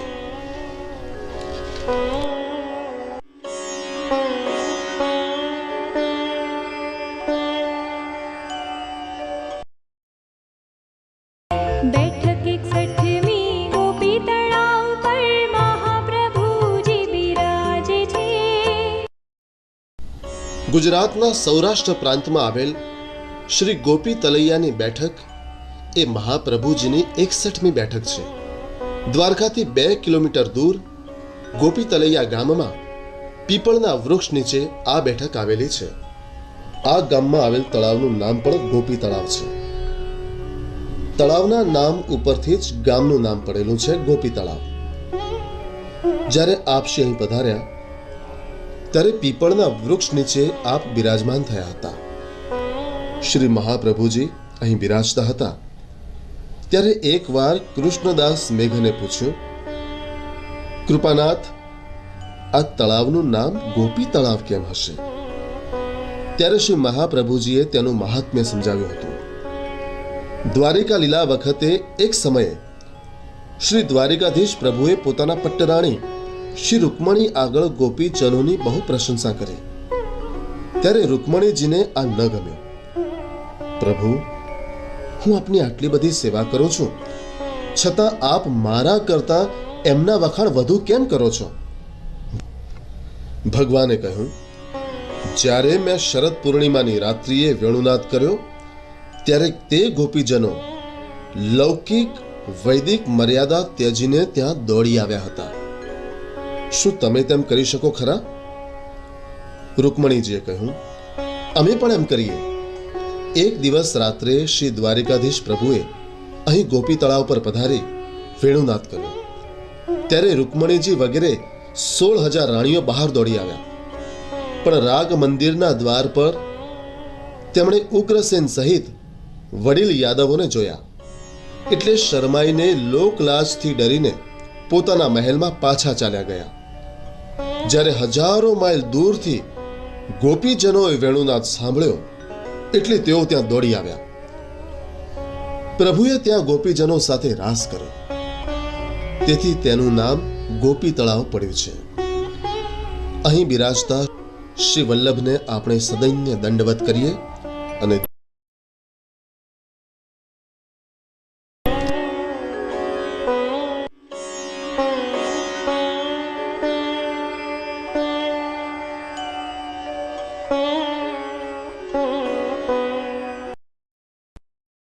बासठवीं शंखोद्वार शंख तड़ाव पर महाप्रभुजी विराजे छे. ગુજરાતના સૌરાષ્ટ્ર પ્રાંતમાં આવેલ શ્રી બેટ શંખોદ્વારની બેઠક એ મહાપ્રભુજીની 62મી બેઠક છે. ઓખાથી નાવ દ્વારા શંખોદ્વાર જવાય છે. ત્યાંથી 2 કિલોમીટર દૂર શંખોદ્વાર કુંડ પર પીપળના વૃક્ષ નીચે આ બેઠક આવેલી છે. ગોમતી દ્વારકાથી 20 માઇલ પૂર્વોત્તર કચ્છની ખાડીમાં એક નાનો ટાપુ છે. બેટ હોવાથી તેને બેટ દ્વારકા કહે છે. ઓખા ગામ દરિયા કિનારે આવેલ બંદર પણ છે. ત્યાંથી નાવમાં બેસીને શંખોદ્વાર જઈ શકાય છે. શંખોદ્વાર દરિયામાં આવેલો ટાપુ છે. ત્યાં શંખોદ્વાર નામનું ગામ આવેલું છે. આ ગામથી 1 માઇલ દૂર શંખોદ્વાર નામનો કુંડ આવેલો છે. આ કુંડ પાસે શ્રી શંખ નારાયણનું જૂનું મંદિર આવેલું છે.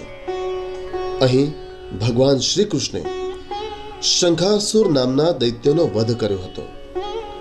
તેના શરીરમાંથી શંખ લઈ લીધો.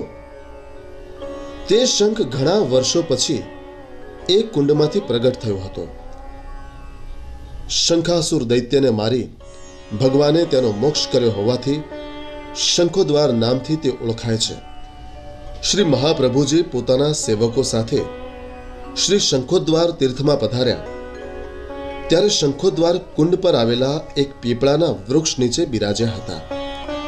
અહીં આપશીએ શ્રી દામોદરદાસ હરસાનીજીને શંખોદ્વાર તીર્થનું મહાત્મ્ય સમજાવ્યું હતું. આ બેટ અત્યંત રમણીય હોવાથી અહીં શ્રી દ્વારિકાધીશ પ્રભુ હંમેશા રમણ કરે છે. ભવિષ્યમાં તેઓ અહીં બિરાજમાન પણ થશે. આ તીર્થના અધિષ્ઠાતા શ્રી શંખ નારાયણ ભગવાન છે. શ્રી મહાપ્રભુજીએ શંખોદ્વાર કુંડમાં સ્નાન કર્યું હતું. શ્રી શંખ નારાયણ ભગવાન આપશ્રીની પાસે પધાર્યા અને આજ્ઞા કરી કે આપ ભગવાનના મુખારવિંદ સ્વરૂપ હોવાથી આપે શ્રીમદ ભાગવત ઉપર અદ્વિતીય એવી શ્રી સુબોધિનીજી નામની ટીકા રચી છે. તેમાંથી વેણુનાદનું પ્રકરણ અમને શ્રવણ કરાવો. ભગવત આજ્ઞાથી આપશે વેણુગીતના 5મ શ્લોકનું વ્યાખ્યાન 3 દિવસ અને 3 રાત્રિ સુધી કર્યું હતું.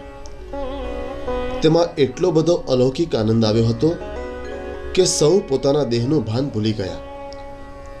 શ્રી શંખ નારાયણ ભગવાને આપશ્રીની પ્રશંસા કરતા કહ્યું કે આપ વાગપતિ છો. આપના સિવાય આવું વ્યાખ્યાન બીજા કોઈ કરી શકે નહીં. આપે સાચે જ શ્રીમદ ભાગવતનું મંથન કરી ગૂઢ અમૃત રસ પ્રગટ કર્યો છે. કરત કૃપા નિજ દૈવી જીવન પર શ્રીમુખ બચન સુનાએ. વેણુ ગીત પુની जुगल गीत की रस बरखा बरखाई. सेवा रीत प्रीत व्रज जन की निज जन हित प्रगटाई. दास शरण हरि भाव देश की चरण रेणु निधि पाई.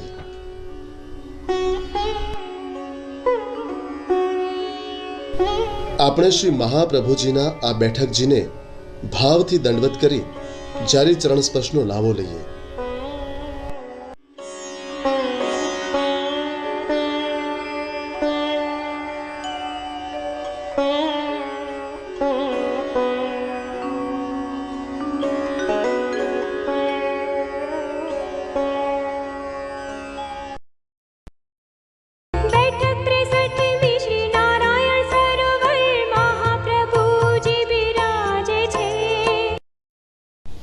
ગુજરાતના કચ્છમાં આવેલ શ્રી નારાયણ સરોવરની બેઠક એ મહાપ્રભુજીની 63મી બેઠક છે.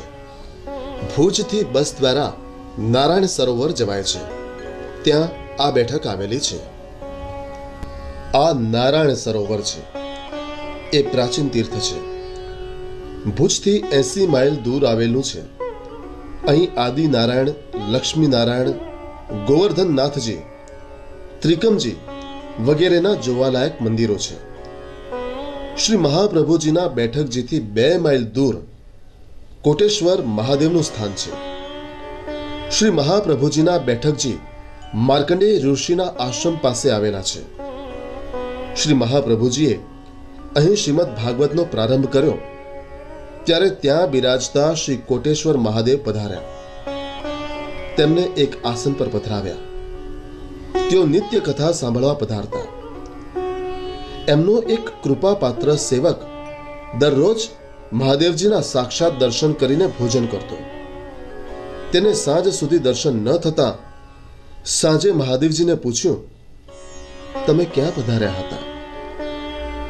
ત્યારે મહાદેવજીએ સર્વ સમાચાર કહી તેને સવારમાં વહેલા આવવા આજ્ઞા કરી.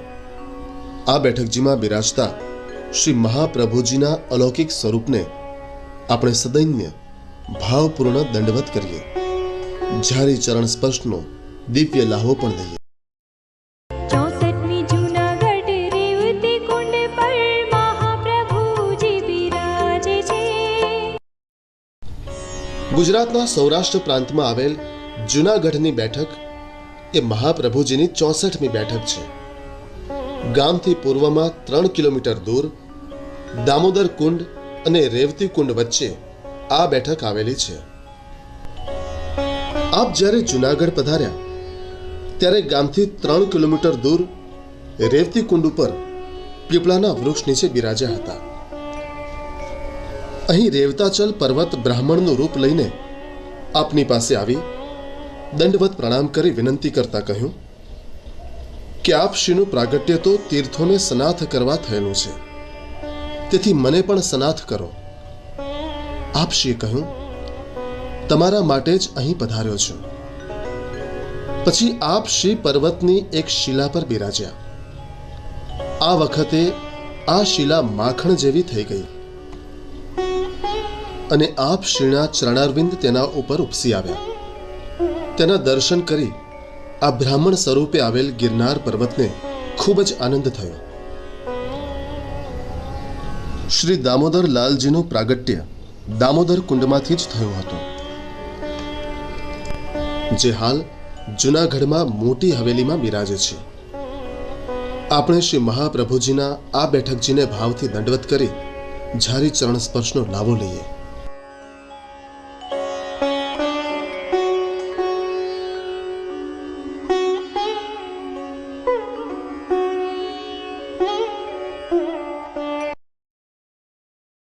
બેઠક 65મી પ્રવાસ ક્ષેત્રે મહાપ્રભુજી બિરાજે છે. ગુજરાતના જૂનાગઢમાં આવેલ શ્રી પ્રભાસ ક્ષેત્રની બેઠક એ મહાપ્રભુજીની 65મી બેઠક છે. પ્રભાસ પાટણથી 3 કિલોમીટર દૂર ત્રિવેણી સંગમ છે. તેની ઉત્તરે હિરણ્ય નદીના કાંઠે દેહોત્સર્ગ નામના તીર્થ પાસે આ બેઠક આવેલી છે.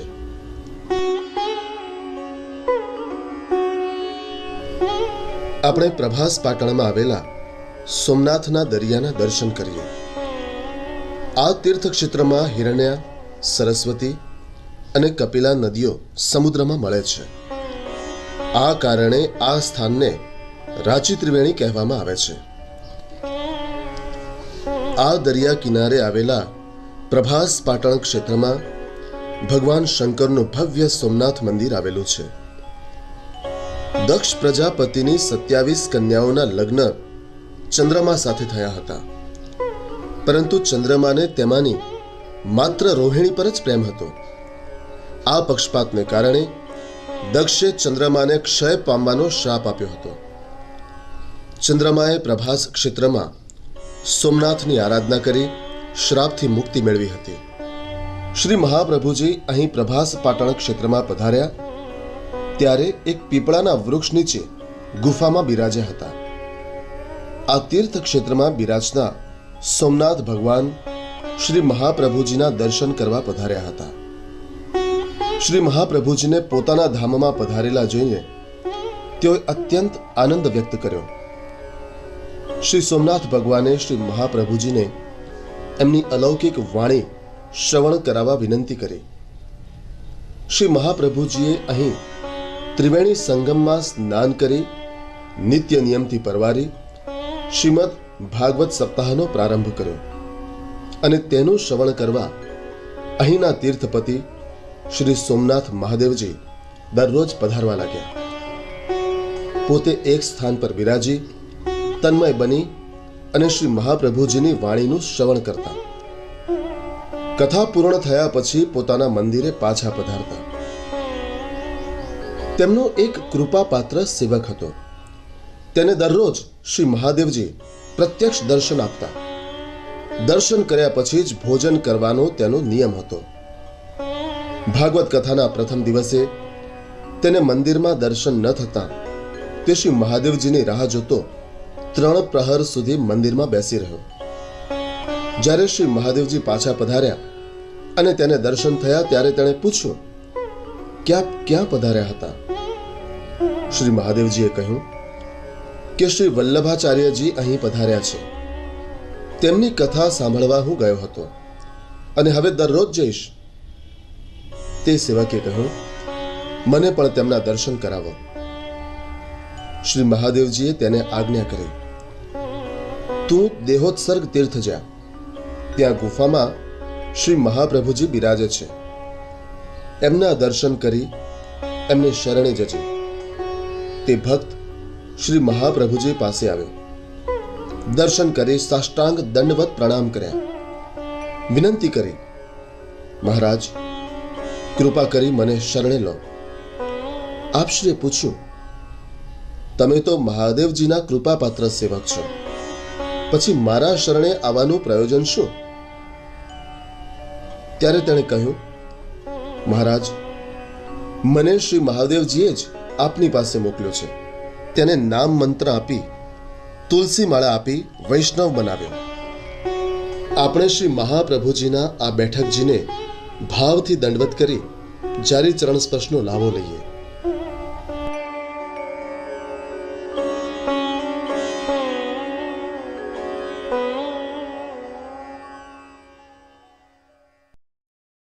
બેઠક 66મી માધવપુરમાં હે મહાપ્રભુજી બિરાજે છે. ગુજરાતના સૌરાષ્ટ્ર પ્રાંતમાં આવેલ માધવપુર ગેટની બેઠક એ મહાપ્રભુજીની 66મી બેઠક છે. કેશોદથી 24 કિલોમીટર દૂર માધવપુર આવેલ છે. ગામથી 1.5 કિલોમીટર દૂર ડુંગરની ધાર પાસે વનમાં આ બેઠક આવેલી છે.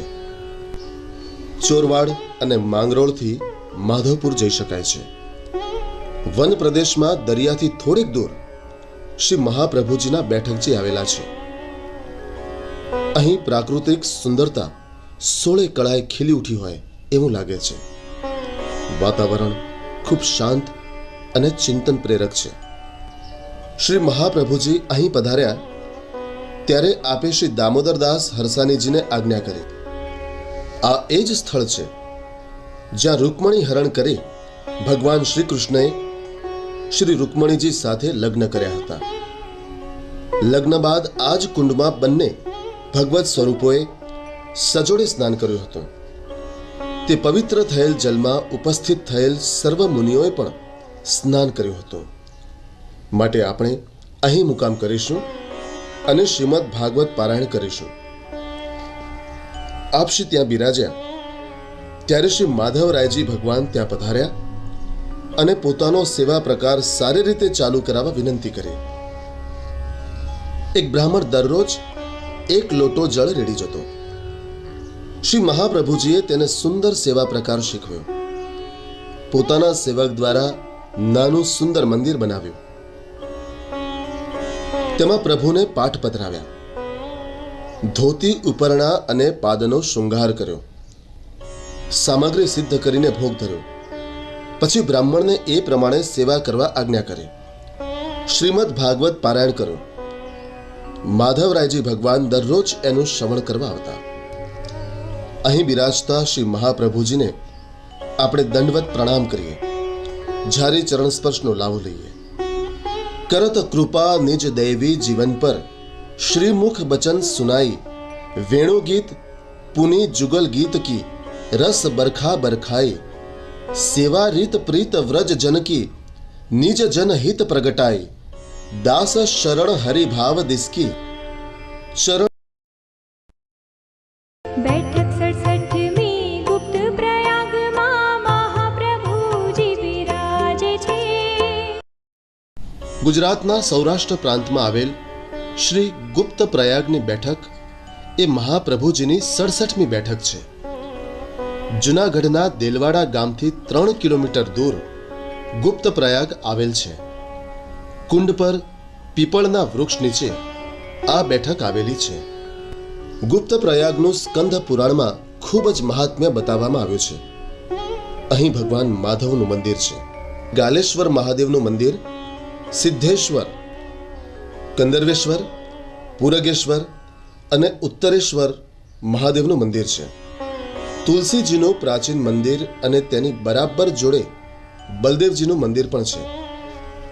ઉત્તર પ્રયાગ તીર્થ સ્થાનમાં ત્રિવેણી કુંડ પર શ્રી મહાપ્રભુજીના અતિ ભવ્ય બેઠકજી બિરાજે છે. અહીંના બેઠકજીનું પ્રવેશદ્વાર સૌ બેઠકજીના પ્રવેશદ્વારમાં સૌથી વધારે ભવ્ય છે. કોઈક રાજમહેલના પ્રવેશદ્વારનો આપણને ખ્યાલ આપે તેવું છે. શ્રી મહાપ્રભુજી ગુપ્ત પ્રયાગ તીર્થમાં પધાર્યા ત્યારે અહીં પીપળાના વૃક્ષ નીચે બિરાજ્યા હતા. આપે શ્રી દામોદરદાસને આજ્ઞા કરી. આ તીર્થનું નામ ગુપ્ત પ્રયાગ છે કારણ કે સારસ્વત કલ્પમાં મુખ્ય પ્રયાગરાજ તીર્થ અહીં આવેલું હતું. તેથી અહીં ગંગા, યમુના અને સરસ્વતી ત્રણેય નદીઓની ભાવનાથી 3 કુંડ આવે છે. ત્રણેય કુંડનું જળ એકબીજામાંથી જઈ શકે તેવું છે. મૂળ પ્રયાગરાજના પવિત્ર સ્થાનમાં અહીં શ્રીમદ ભાગવત પારાયણ જરૂર કરીશું. શ્રી મહાપ્રભુજી શ્રીમદ ભાગવતનું પારાયણ આરંભ કરવા જતા હતા. ત્યાં જ એક વૃદ્ધ બ્રાહ્મણ ત્યાં આવી પહોંચ્યો. શ્રી મહાપ્રભુજીએ પૂછ્યું, તું કોણ છે? ત્યારે કહ્યું, હું પહેલા પંઢરપુર રહેતો હતો. હું હંમેશા શ્રીમદ ભાગવતનો પાઠ કરતો. પંઢરપુરના વિઠ્ઠલનાથજી મારા પર પ્રસન્ન થયા અને મને દર્શન આપ્યા. કોઈક વરદાન માંગવા કહ્યું.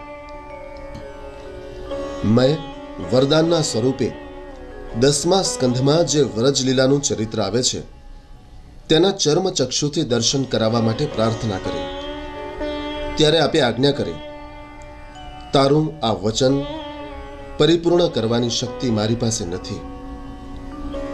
તું પ્રભાસ ક્ષેત્રની પાસે આવેલા ગુપ્ત પ્રયાગ નામના તીર્થમાં જઈને શ્રી મહાપ્રભુજીને વિનંતી કર. તે તારું વચન જરૂર પૂર્ણ કરશે, માટે હું અહીંયા આવ્યો છું. શ્રી મહાપ્રભુજીએ તેને નામ મંત્ર આપ્યો અને શ્રીમદ ભાગવતની સપ્તાહનું શ્રવણ કરવા માટે આજ્ઞા કરી. સપ્તાહની પૂર્ણાહુતિ બાદ 8મા દિવસે તારું મૃત્યુ થશે એમ પણ શ્રી મહાપ્રભુજીએ કહ્યું. પછી શ્રી ગિરિરાજજીની તળેટીમાં તારો બીજો જન્મ થશે. તે વખતે તું ગોપાલદાસ ગ્વાલના નામે ઓળખાઈશ. અમારા પુત્ર શ્રી વિઠ્ઠલનાથજી તને સેવક કરશે અને શ્રી ગોવર્ધનનાથજીની ગાયોની સેવા આપશે. ત્યારે ગાયોની સેવાના ફળ સ્વરૂપ શ્રી ગોવર્ધન નજીક તને વ્રજ લીલાનો અનુભવ કરાવશે. અહીં બિરાજતા શ્રી મહાપ્રભુજીને આપણે દંડવત કરીએ.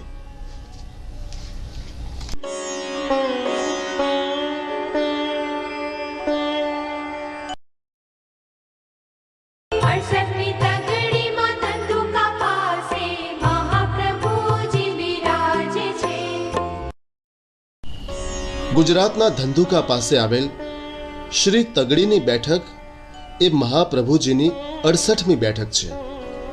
અમદાવાદ બોટાદ વચ્ચે ધંધુકા પછી તગડી નામનું નાનું રેલવે સ્ટેશન આવે છે. ગામની બહાર તળાવ પાસે આ બેઠક આવેલી છે. શ્રી મહાપ્રભુજી સૌરાષ્ટ્રમાં પધારતા પોતાના સેવકો સહિત અહીં પધાર્યા હતા. ત્યારે આ સ્થાનમાં મુકામ કર્યો હતો. તે વખતે અહીં એક બ્રાહ્મણનું મકાન હતું. તેની આગળના સુંદર ચોતરા ઉપર આપશ્રી બિરાજ્યા હતા. રાત્રે આપ અહીં જ પોઢ્યા હતા. આ બ્રાહ્મણ ખેતીનો વ્યવસાય કરતો. તેને ત્યાં ગાય ભેંસ 10ની સંખ્યામાં હતા. તેથી રોજ 5 શેર જેટલું માખણ બનતું.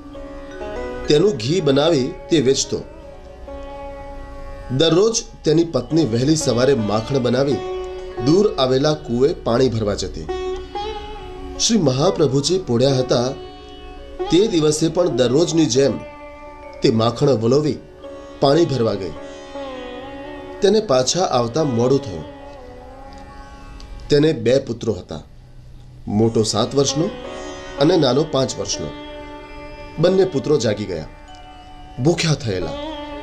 માતા ઘરમાં નહોતી. વલોવેલું તાજું માખણ જોયું. તેઓ રાજી થઈને તે માખણ ખાવા લાગ્યા. તેમના પિતાએ બંને પુત્રોને આનંદપૂર્વક માખણ ખાતા જોયા. પિતાના પુત્રો ઉપર બહુ સ્નેહ પ્રગટ થયો. તે હરખાતો ઘરની બહાર દોડી આવ્યો. શ્રી મહાપ્રભુજી જાગીને બિરાજતા હતા. તેમને દંડવત કરી બ્રાહ્મણને વિનંતી કરી, મહારાજ, આપ જરા અંદર પધારી જુઓ. શ્રી કૃષ્ણચંદ્ર અને બલદેવજી માખણ આરોગી રહ્યા છે. બ્રાહ્મણની આવી વિનંતીથી આપ શ્રી અંદર પધાર્યા. બંને બ્રાહ્મણ પુત્રોને માખણ ખાતા જોઈ આપ શ્રી પ્રસન્ન થઈ કહ્યું, ભાઈ, તમને ધન્ય છે કે પુત્રોને માખણ ખાતા જોઈ ભગવદ લીલાની યાદ આવે છે. પરંતુ તમારી સ્ત્રીનો સ્વભાવ થોડો લોભી છે. માટે તમે કૂવા તરફ સામે જાઓ. તેને સમજાવો કે થોડાક માખણ માટે આ બાળકોને મારે નહીં, પરંતુ તેને માતૃવાત્સલ્યથી પ્રેમ કરે. કારણ કે બાળકમાં પણ ભગવદ અંશ રહેલો છે. તે બ્રાહ્મણ આપશ્રીની આજ્ઞા થતાં પોતાની પત્નીને મળવા સામે ગયો. બધી હકીકત કહી.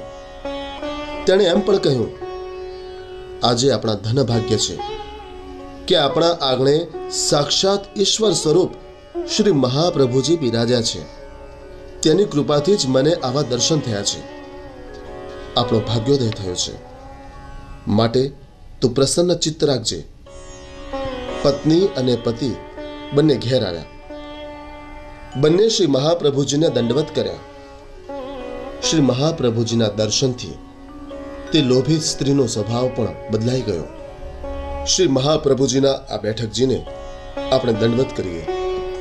ભાવથી જારી ચરણ સ્પર્શનો લાહો લઈએ.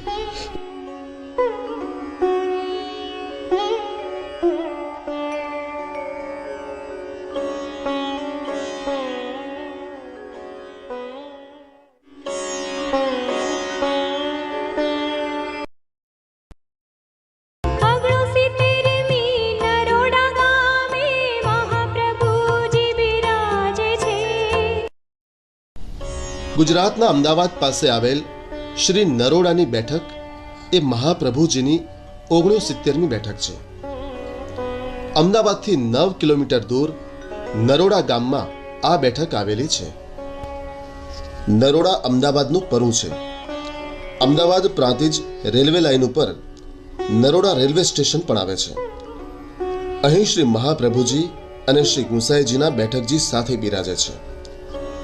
શ્રી મહાપ્રભુજી અહીં પધાર્યા ત્યારે પોતાના સેવક ગોપાલદાસને ત્યાં બિરાજ્યા હતા.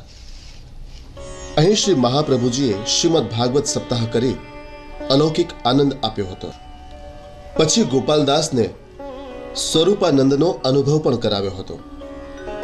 અહીં બિરાજતા શ્રી મહાપ્રભુજી અને શ્રી ગુસાઈજીના સ્વરૂપને દંડવત પ્રણામ કરીએ.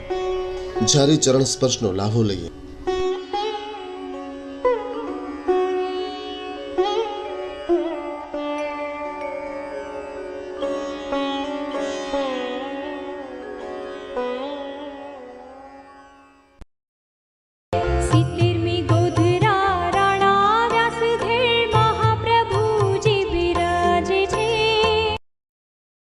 ગુજરાતના પંચમહાલ પ્રાંતમાં આવેલ શ્રી ગોધરાની બેઠક એ મહાપ્રભુજીની 70મી બેઠક છે. ગોધરામાં રાણા વ્યાસના ઘરમાં આ બેઠક આવેલી છે. અહીં શ્રી મહાપ્રભુજીના ભવ્ય બેઠકજી આવેલા છે. આ બેઠકજી ભોંયતળિયે નહીં પણ પહેલા માળે બિરાજે છે. શ્રી મહાપ્રભુજીના બેઠકજીના મકાનના આપણે દર્શન કરી રહ્યા છીએ. આ વિસ્તાર નવેસરથી વસ્યો ત્યારે બેઠકજીનું સ્થાન રાજમાર્ગમાં આવતું હોવાથી ત્યાં 60 ફૂટનો વિશાળ રસ્તો બન્યો.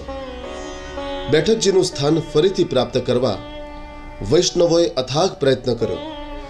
વૈષ્ણવોનો આર્તનાદ સાંભળી પ્રભુએ સાનુકૂળ સંજોગો ઊભા કરાવ્યા અને સરકારે રસ્તાની બરાબર વચ્ચે આવેલું એ સ્થાન ફરીથી પાછું આપ્યું.